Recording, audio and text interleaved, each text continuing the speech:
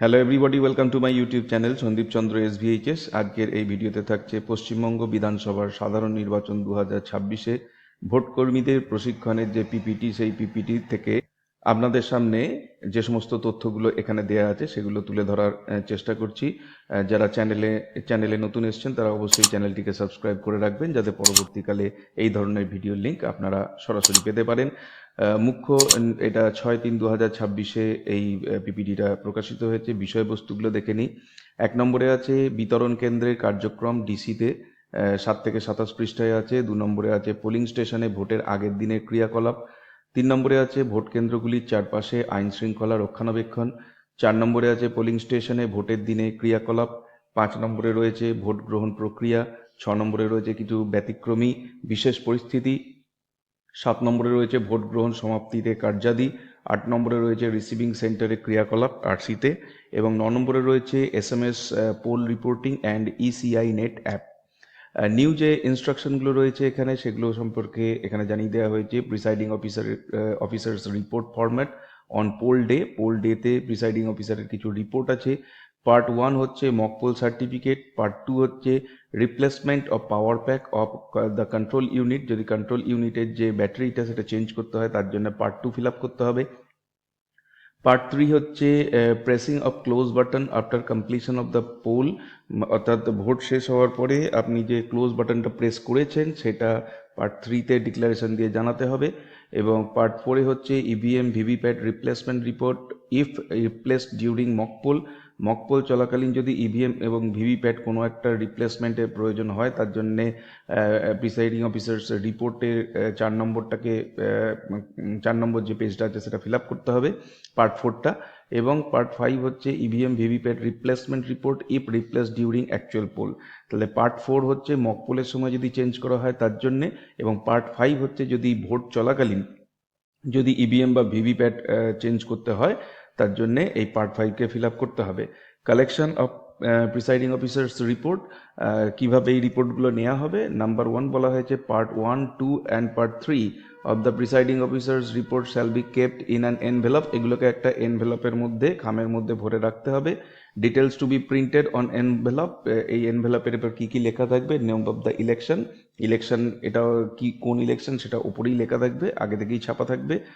Number and name of the AC or AS, এটাও ছাপা থাকবে আগে থেকে। Number and name of the PC, যেখানে পার্লামেন্ট কনস্টিটিউয়েন্সি, অ্যাসেম্বলি কনস্টিটিউয়েন্সি, এই নামগুলো লেখা থাকবে। পোলিং স্টেশনের নাম্বারটা আপনাকে লিখতে হবে। The presiding officer shall deposit the said envelope along with EVM, VVPAT and other election materials at collection center. Collection সেন্টারে EVM VVPAT এর সঙ্গে এই যে কাগজগুলো আছে এগুলোকে, মানে এই পার্ট 1, পার্ট 2 এবং পার্ট 3-কে জমা দিতে হবে। নাম্বার 2 বলেছে part 4 and part 5 of the presiding officer's report shall be collected by the sector officer whenever any replacement is done. যদি কখনো কোনো রিপ্লেসমেন্টের প্রয়োজন হয় তাহলে এই যে পার্ট 4 এবং পার্ট 5 এটা সেক্টর অফিসার নিয়ে যাবেন। Sector officer shall submit the reports to the returning officer. Sector অফিসাররা এই যে রিপোর্টগুলো আছে রিপ্লেসমেন্টের কাগজগুলো, সেগুলো রিটার্নিং অফিসারকে জমা করবেন। অল্টারনেটিভ ডকুমেন্ট, কিছু নতুন অল্টারনেটিভ ডকুমেন্ট এবারে অ্যাড হয়েছে। Unique disability identity card, UDID, এটাকেও এখন মান্যতা দেওয়া হবে। Ministry of social justice and empowerment, government of India. আরও কী কী জিনিস নতুন চেঞ্জ হয়েছে বা কিছু অ্যাড হয়েছে সেগুলোর মধ্যে বলা আছে use of strip seal is discontinued, strip seal আর ব্যবহার করা হবে না। Design of pink paper seal for BU is change, ballot ইউনিটের জন্য যে পিঙ্ক পেপার সিল আছে তার ডিজাইনটা পরিবর্তন হয়েছে। Design of green paper seal is change, green paper সিলের যে ডিজাইন সেটাও চেঞ্জ হয়েছে। Use of plastic box for mock poll slips is discontinued, আগে প্লাস্টিক বক্সের ভেতরে মক পোল স্লিপগুলো রাখা হতো, সেটা এখন আর ব্যবহার করা হবে না। Only the black envelopes containing mock poll slips have to be sealed with newly designed pink paper seal. একটা ব্ল্যাক কালারের এনভেলপ দেওয়া হবে যার ভেতরে মক পোল স্লিপগুলোকে রাখা হবে, এবং তার উপরে একটা নতুন ধরনের ডিজাইন করা পিঙ্ক পেপার সিল দিয়ে সেটাকে সিল করতে হবে। No plastic box in this regard will be there, এর জন্য কোনো প্লাস্টিক বক্স থাকছে না। PRO's ডায়েরি মডিফাইড, প্রিসাইডিং অফিসারের যে ডায়েরি সেটাও কিছু মডিফিকেশান হয়েছে। Packeting system of election paper is change, election paper যে প্যাকেটিং সিস্টেম তার মধ্যেও কিছু পরিবর্তন হয়েছে। PB only at facilitation centre, মানে পোস্টাল ব্যালট শুধুমাত্র ফ্যাসিলিটেশন সেন্টার মানে যেখানে ট্রেনিং হবে সেইখানেই দিতে হবে। Will not be sent through post office, এটা পোস্ট অফিসের মাধ্যমে পাঠানো হবে না। EDC procedure remain same, election duty certificate দিয়ে যেখানে আপনি ভোট করতে যাচ্ছেন সেইখানে যদি আপনি ভোট দিতে পারেন, আপনি যদি উপযুক্ত হন, তাহলে সেই পদ্ধতি একই থাকবে। Above changed happened in the PGE 2024 যে ভোট হয়েছিল তাতেই কিন্তু পার্লামেন্ট জেনারেল ইলেকশনে এগুলো চেঞ্জ হয়েছে। Number 464 INST 2023 EPS poll day management outside dated 23/5/2025, setting up of election booth outside 100 meter of PS, polling স্টেশনের 100 মিটার দূরে ওই ইলেকশন বুথ স্থাপন করা যাবে। আরেকটা যে অর্ডার রয়েছে L&O, ল অ্যান্ড অর্ডারের যে অর্ডার আছে dated 23/5/2025, arrangement to deposit mobile phones at polling station, একটা অ্যারেঞ্জমেন্ট করতে হবে যেখানে যারা ভোট দিতে যাচ্ছেন তারা মোবাইল ফোনগুলোকে ডিপোজিট করে যাবেন এবং ফেরার সময় নিয়ে যাবেন। আর আরেকটা জিনিস যেটা হয়েছে, use of ECI net app by PRO presiding অফিসারকে একটা ECI নেট অ্যাপকে ব্যবহার করতে হবে।